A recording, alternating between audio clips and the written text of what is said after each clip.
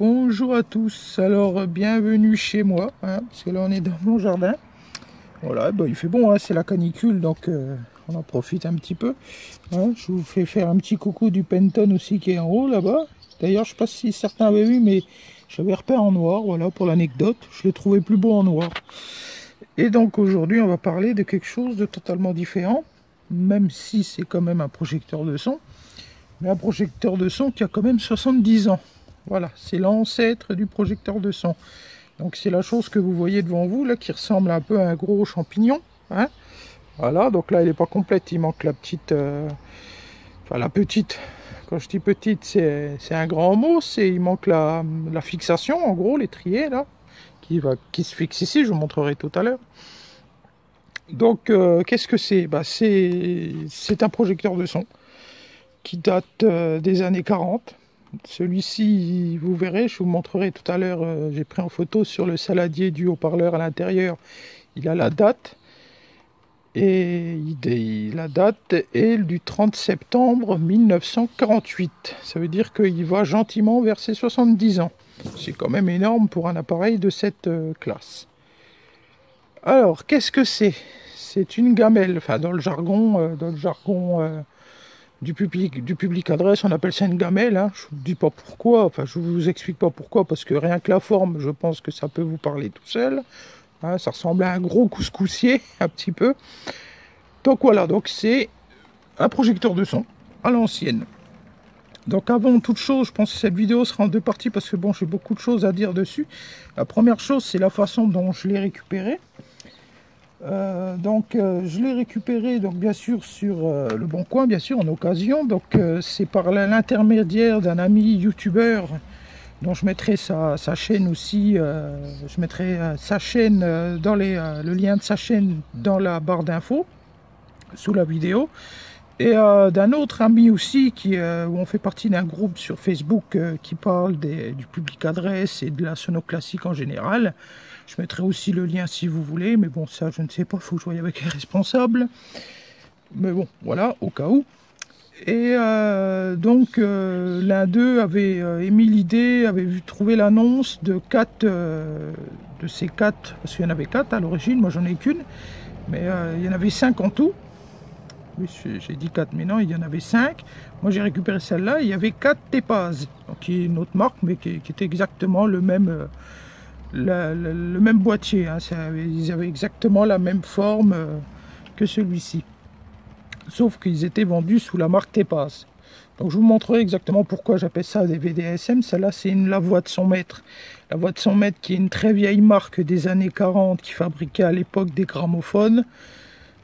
C'était la marque qui était à l'origine du petit logo, vous avez sûrement déjà vu quelque part, avec un petit chien qui est devant un gramophone.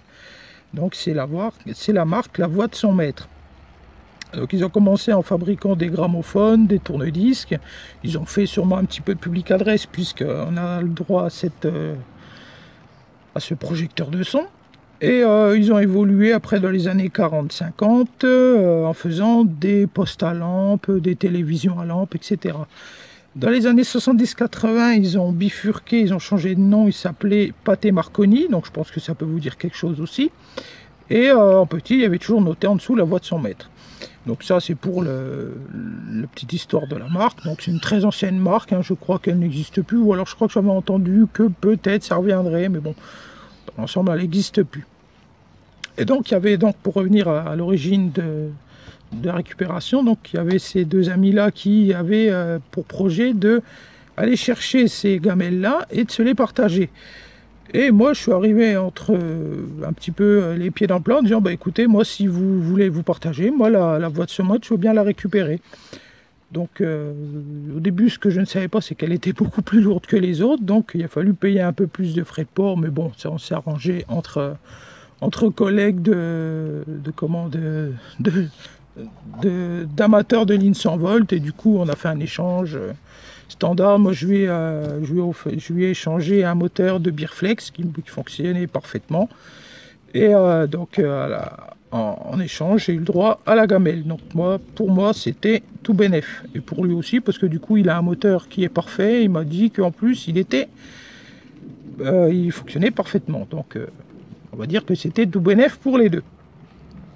Donc du coup, ce qu'on va faire là, après avoir parlé de la petite histoire de la gamelle, ce qu'on va faire, c'est qu'on va regarder un peu comment ça fonctionne, comment c'est fait dedans. Donc on va faire quelque chose d'assez rapide quand même, parce que bon, ça reste quand même qu'il y a un projecteur de son. Donc une fois qu'on retire le capot qui tient par les ailettes qu'on voit en dessous, on va voir à l'intérieur, il y a le haut-parleur, il y a le transfo, il y a un sélecteur de puissance aussi, vous verrez. Et puis voilà, on va jeter un œil sur tout ça. Je vais faire des photos parce que je me rends compte que j'ai des gros problèmes de caméra sur mes deux téléphones. C'est-à-dire que sur un, j'ai une caméra qui marche nickel mais qui n'a plus de son. Et sur l'autre, le son marche très bien, donc sur celui-ci. Mais a priori, il y a des petits soucis de focus. Hein. A priori, l'image est un peu floue. Bon, là, pour l'instant, je ne peux pas faire mieux. Donc, si j'ai le courage, je retournerai une vidéo peut-être un peu mieux que ça, avec une image un peu plus nette. Bon, pour l'instant, je ne peux pas faire mieux. Donc là, ce qu'on va faire, là, je vais faire une pause. Donc n'oubliez pas que si vous voulez, je vous invite fortement à aller découvrir les chaînes YouTube de mes deux collègues. Vous verrez qu'ils parlent aussi de sono classique, de public adresse. Ce sont des chaînes très intéressantes de deux personnes qui sont super sympas. Donc n'hésitez pas à aller voir sur leur chaîne. Hein. Ça va être noté en dessous de la vidéo en barre d'infos. Il y aura les liens. Et n'hésitez pas donc à aller voir et visiter leur chaîne. Voilà. En attendant, on va faire une petite pause. Je vais démonter le capot. Enfin, non, je vais déjà faire une petite vue d'ensemble. Après, on va démonter le capot. Et puis, on fera un petit test de son. Donc, je pense que la vidéo sera en deux parties. Parce que, bon, du coup, ça fait beaucoup de choses à montrer. Et du coup, la vidéo risque d'être un peu longue. Donc, il y a des chances que on soit obligé de passer en deux parties. Donc, je pense que la deuxième partie, ça va être la découverte. La vue d'ensemble du projecteur, de la gamelle, et la deuxième partie, elle, sera sûrement consacrée à un petit démontage et à un essai audio rapidement, parce que bon, bien que vous verrez que c'est quand même intéressant de l'entendre, parce que c'est un son vraiment très particulier, et c'est quand même assez sympa à écouter. Donc on va faire tout ça par étapes, du coup. Là, tout ce qu'on va faire tout de suite, c'est de faire une petite vue d'ensemble de la bête. Donc, comme vous voyez bien ici, l'ancien propriétaire a marqué VSM, donc ce qui veut dire voix de son maître. Hein, donc, c'était vraiment pour lui une façon de... C'est pas la marque, hein, ça a été rajouté au feutre. C'était sûrement pour lui une façon de la différencier, parce que comme je vous dis, elle faisait partie d'un lot de 5. Et les deux autres, enfin les 4 autres, c'était des Tepaz. Donc, une autre marque aussi très connue des années 60-70 qui fabriquait beaucoup des transistors et des postes. Voilà, donc qu'est-ce qu'on a ici? Bon, on a un petit anneau, hein, je ne sais pas vraiment à quoi il sert, mais bon, il est là. Donc ici, on a le système de fixation qui est en fait un circlips, c'est un gros circlips qui est boulonné ici. Hein. Moi, j'ai repeint le système de fixation que j'irai chercher aussi après. Parce que bon, il était très rouillé, donc du coup, je me suis dit, je vais le repeindre. Alors ici, on a le sélecteur de puissance. Donc voilà, donc c'est un bouton qu'il suffit de tourner, hein, tout simplement. Donc les puissances, il n'y a pas marqué les puissances en watts, c'est juste marqué les impédances. Donc là on a 200 ohms, 400 ohms, 600 ohms, 800 ohms et 1200 ohms. Ce qui revient en gros, je sais que le 400 c'est environ du 30 watts, hein, je crois 20 watts. Donc on va dire que le 200 on est aux alentours de 40 à 50 watts. Hein. Donc vous verrez quand même que le haut-parleur qui est là-dedans, de toute façon c'est un monstre, hein, donc c'est très impressionnant. Donc après sur le tour, bon, comme je vous dis, il y a plusieurs anneaux, il y en a un ici, il y en a encore un ici. Donc là on a le circlips qui fait tout le tour. Là ici, alors va falloir que je refasse un peu le système de sortie de câble, parce qu'en fait c'est juste un câble qui sort ici, vous voyez, vous pouvez voir tout simplement, ça sort là. Donc ici on a un évent, hein, c'est un trou, hein. Si on regarde à l'intérieur on peut voir le haut-parleur. Le câble qui sort. Encore des petits trous ici, des petites ventilations, hein, pour ainsi dire. Et voilà, donc là on a le vue d'ensemble. Je vais faire une petite dernière touche avec le système de fixation que je vais remettre au bout. Vous allez voir à quoi ça ressemble. Et pour la première vidéo, la première partie de cette vidéo, ça sera pas mal. Après on va passer sur un petit démontage vite fait, donc il y aura aussi des photos. Et un petit essai de son, et puis on s'arrêtera là. Donc bien vous dire que c'est quand même projecteurs de son qui n'existent plus maintenant. Je pense que peut-être pour les plus anciens d'entre vous, vous en avez peut-être déjà vu, mais maintenant c'est quasiment impossible d'en voir installé. Hein. C'est des projecteurs de son qui ont plus de 60-70 ans, donc c'est vraiment... Moi, si je l'ai récupéré, c'est plus pour la collection. Parce que je pense pas vraiment m'en servir en manifestation, parce que bon, déjà c'est très lourd. Hein, ça pèse au moins une bonne 15-20 kg, je sais plus combien qu'elle pèse, mais elle est très lourde. Vous verrez rien qu'en voyant le haut-parleur à l'intérieur, vous comprendrez pourquoi elle est très lourde, hein, parce qu'il est très très impressionnant.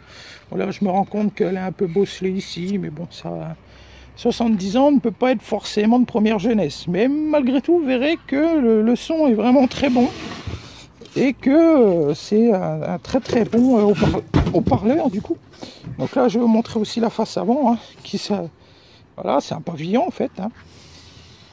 On a le pavillon et donc à l'intérieur, on a une grille. Hein, le haut-parleur est protégé par une grille qui est une grille en alu. Voilà, donc ça c'est quand même pas plus mal parce que du coup c'est un peu moins lourd. Et voilà donc la vue d'ensemble de la bête. Donc là je vais faire une petite pause, je vais remonter le système de fixation vite fait. Et après je pense qu'on passera à la deuxième partie de la vidéo, c'est-à-dire un petit démontage du capot, un petit démontage du haut-parleur et en fin de vidéo, deuxième partie de vidéo, on aura un petit essai de son. Voilà. Alors là c'est le système de fixation. Alors on peut dire que c'est l'ancêtre de l'étrier, hein. Donc ça se compose d'une grande barre qui est percée de plusieurs trous donc pour mettre les boulons, voilà. Donc là c'est un peu vrillé, ça repart comme ci, il y a une grosse molette ici qui de toute façon est pour ainsi dire soudée, hein. Il n'y a pas moyen de la dévisser. Et donc après ça se refixe ici grâce à une autre ailette qui est là. Et donc quand vous dévissez, vous voyez que c'est quand même pas évident parce que du coup c'est très très dur à dévisser. Voilà. Quand vous dévissez, vous pouvez retirer tout le système en tirant dessus. Voilà. On va se dire que c'est très très lourd, que c'est très compliqué à installer et que je m'imagine même pas la fixer à un mur, hein, parce que là franchement c'est très très lourd, c'est très fatigant. Pour ça je vous dis c'est quand même beaucoup plus une pièce de collection qu'une pièce qui va me servir vraiment pour les manifestations de tous les jours. Voilà. Donc voilà pour la première partie de cette vidéo. On va passer ensuite à un petit démontage et un petit essai de son à la fin. Voilà. Et on se quittera là-dessus. À tout à l'heure.